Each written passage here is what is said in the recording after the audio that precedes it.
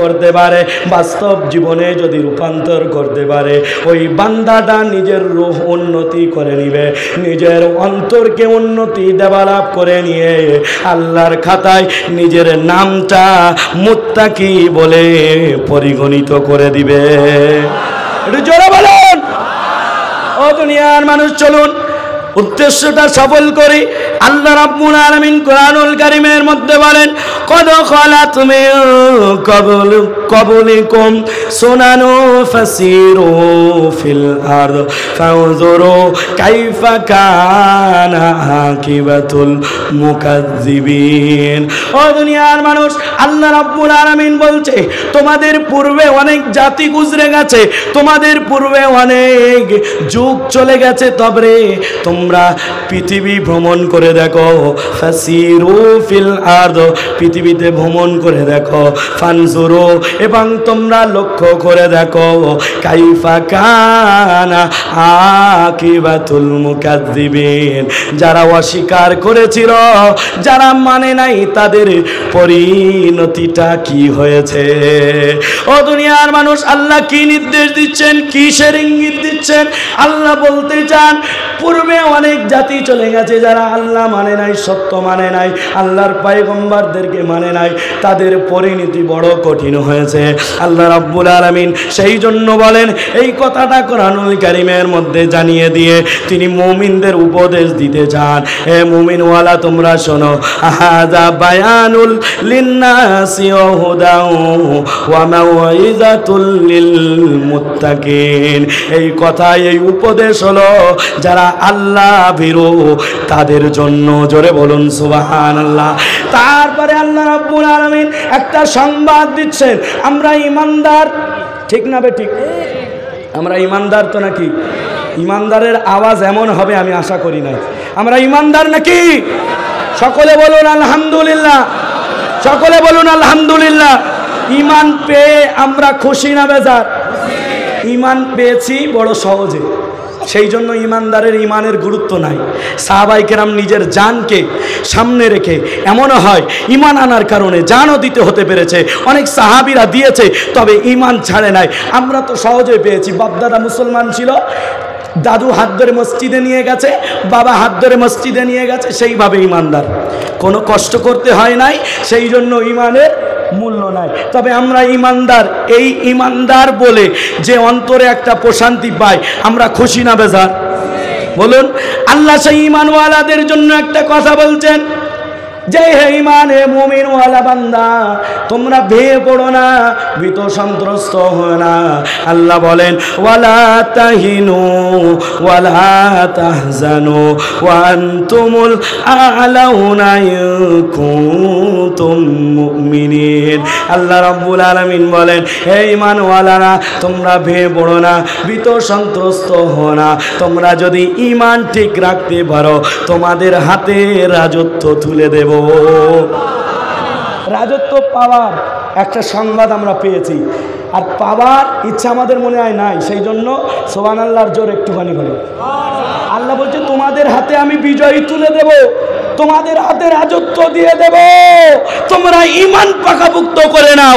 আমরা ঈমান পাকাপোক্ত করার জন্য প্রস্তুত আছি, পাচ্ছি। এটার উপরে ইস্তিকামাত, অটল থাকতে পারবো ইনশাআল্লাহ। মুজাদ্দিদে জামান বলে, বাবা আল্লাহর ভয়টা অন্তরে রেখো। কেন? তুমি যাই করবে, তোমার অন্তরে যদি আল্লাহর ভয় থাকে, শয়তান কোনো মানুষের মাধ্যমে হোক, রূপ ধরে আপনার ঈমানকে নিতে পারবে না। আমরা আল্লাহর ভয় অন্তরে রাখতে পারবো ইনশাআল্লাহ। তাহলে যদি আল্লাহর ভয় অন্তরে থাকে, আমরা ঈমানওয়ালা, আমাদের জন্য আল্লাহ সংবাদ দিচ্ছে, ভেঙে পড়ো না, চিন্তা করো না, তোমাদের জন্য জয় নিশ্চিত আছে। তবে তোমরা যদি ঈমানের উপরে টিকে থাকতে পারো। জোরে বলুন সুবহানাল্লাহ। ও দুনিয়ার মানুষ, পূর্বের যুগের কথা যেহেতু আল্লাহ রাব্বুল আলামিন শোনালেন, তাহলে একটা আল্লাহ রাব্বুল আলামিন মুমিন বান্দাদের জন্য একটা কথা বলছেন, যার শেষ পরিণতি বড় ভয়ানক হয়েছিল।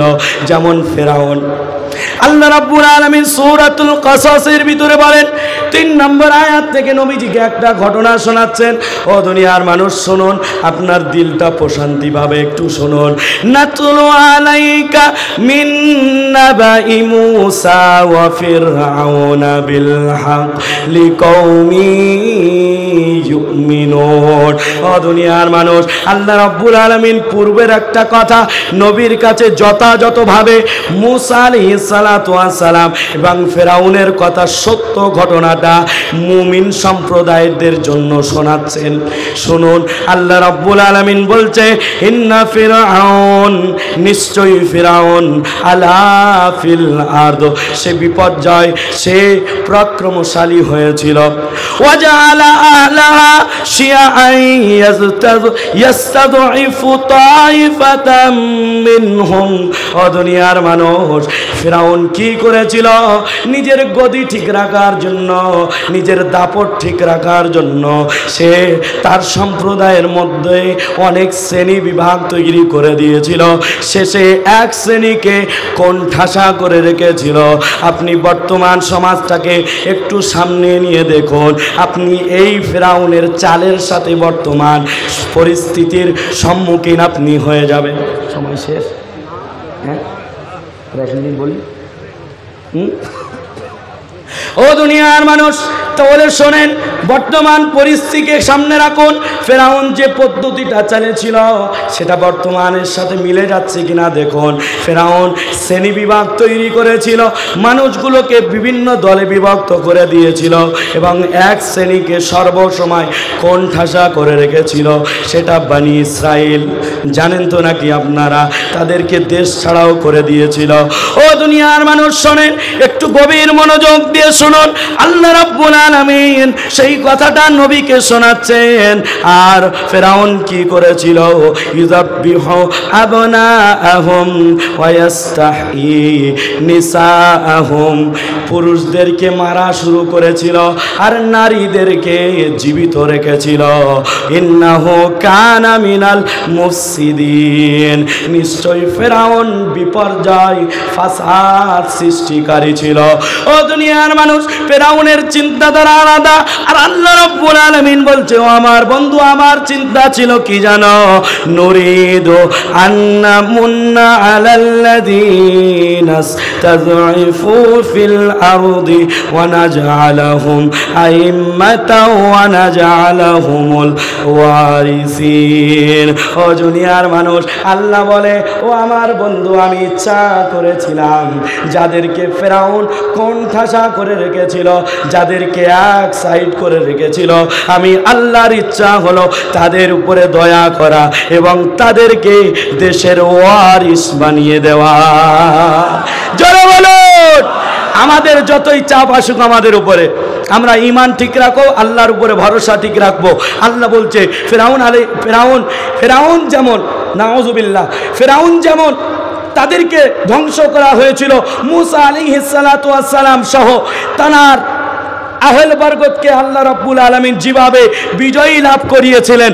আল্লাহ বলে, হে মুসলিম জাতি, তোমরা শোনো, কোরআন তোমাদের জন্য হেদায়েত, তোমাদের জন্য উপদেশ। এই কোরআন শোনার পরে তোমরা ঈমানটাকে আমার উপরে ভালো করে তোমরা তাওয়াক্কুল করতে শিখে নাও, তোমাদেরকেও তোমাদের হাতে রাজত্ব দিয়ে দেব, আর ইসলামের পতাকা আসমানে পথ করে উড়বে ইনশাআল্লাহ। আল্লাহ রাব্বুল আলামিন আমাদের সকলকে শোনার থেকে বেশি বেশি, আমি গুনাহগারকে বলার থেকে বেশি বেশি আমল করার তৌফিক দিক। মুজাদ্দিদ জামান যে কথাগুলো বলেছেন, নামাজ বিনা কাজায়, নূরানি কোরআনি ওয়াজিফা, হালাল রুজি, সাধ্যমতো তাকওয়া পরহেজগারি, সাথে সাথে আমরা নিজেদের পিতামাতাকেও খেদমত করব। এই কয়েকটি জিনিস যদি আমরা করতে পারি, নিজেদের রূহ উন্নতি হবে। আল্লাহ রাব্বুল আলামিন আমাদের সকলকে শোনার থেকে বেশি বেশি আমল করার তৌফিক দান করুক। জোরে বলুন, আমার কথায় কেউ কষ্ট পান নাই তো? আমি বর্তমান সমাজ পরিস্থিতিকে নিয়ে একটু কথা তুলে ধরলাম কোরআন সুন্নাহর আলোকে। যদিও কষ্ট পেয়ে থাকেন, আমার আওয়াজ অনেক উঁচু হয়েছে, আমি মাপ চাইছি। সন্তান হিসাবে, নাতি হিসাবে, বন্ধু হিসাবে, ভাই হিসাবে আমাকে ক্ষমা করবেন। ভালো থাকবেন, সুস্থ থাকবেন। ওয়াসসালামু আলাইকুম ওয়া রাহমাতুল্লাহ।